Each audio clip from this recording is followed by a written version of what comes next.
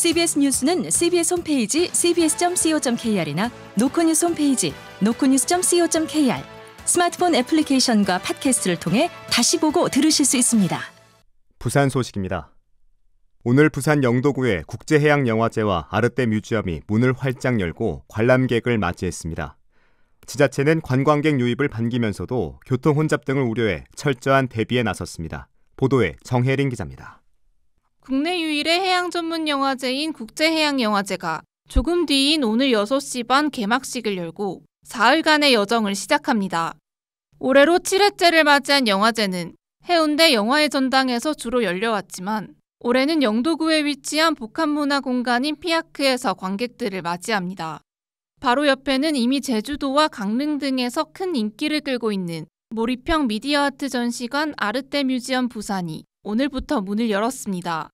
아르떼 뮤지엄 부산은 전 세계 8번째 지점이자 이 가운데 최대 규모로 1년에 최소 100만 명이 방문할 것으로 예상됩니다.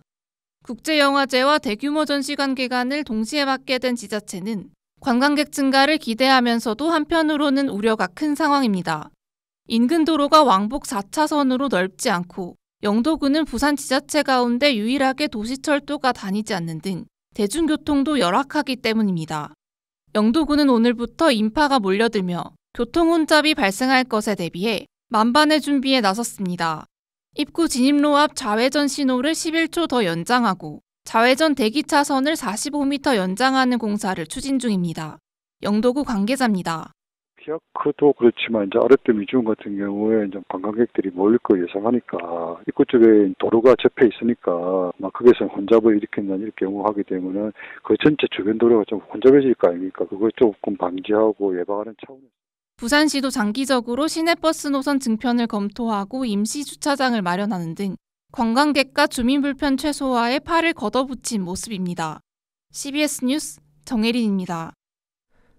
수도권 대형 수련 병원이 정부의 최후 통첩 시한에 맞춰 사직 처리를 결정했으나 부산 수련병원 5곳 가운데 2곳은 여전히 사직 처리를 보류하고 있습니다.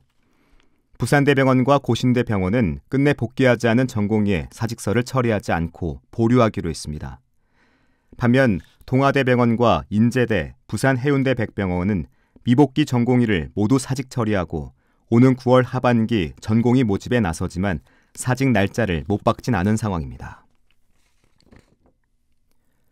오늘 오전 10시 40분쯤 부산 영도구의 한 급경사 도로에서 유치원생 48명이 타고 있던 버스가 뒤로 밀려 수십 미터를 내려오다 주차된 화물차를 들이받는 사고가 발생했습니다.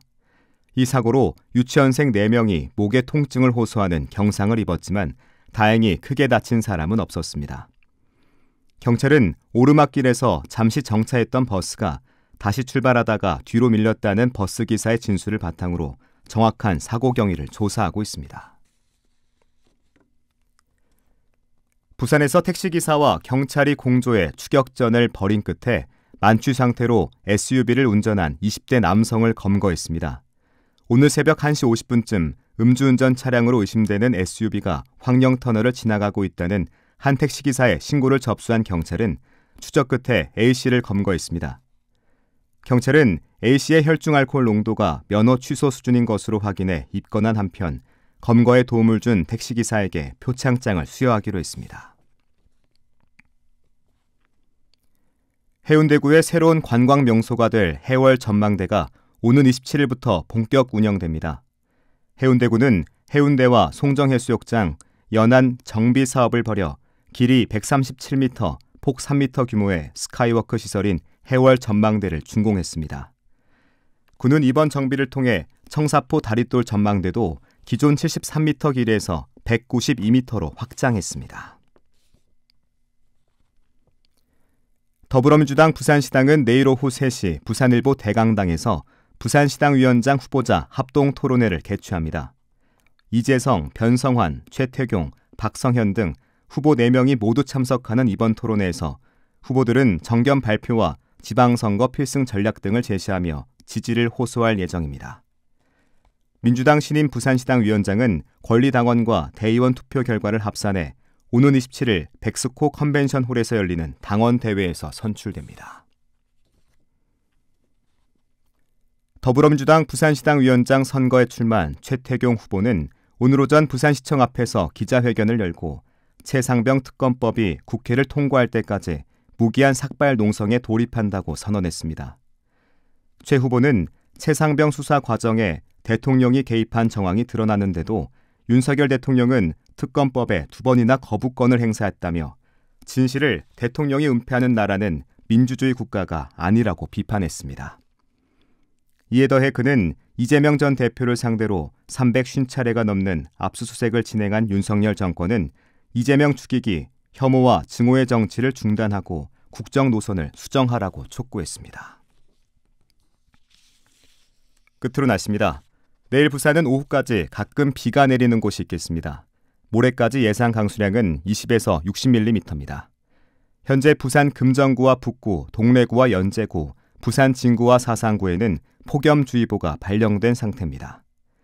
기상청은 당분간 최고 체감 온도가 33도 안팎으로 덥겠다며 온열 질환 예방에 유의할 것을 당부했습니다. 부산의 현재 기온 26.2도, 습도는 84%입니다.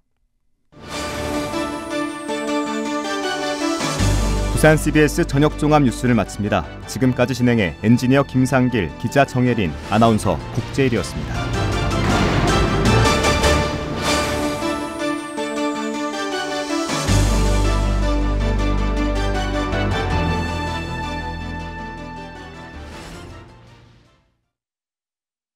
CBS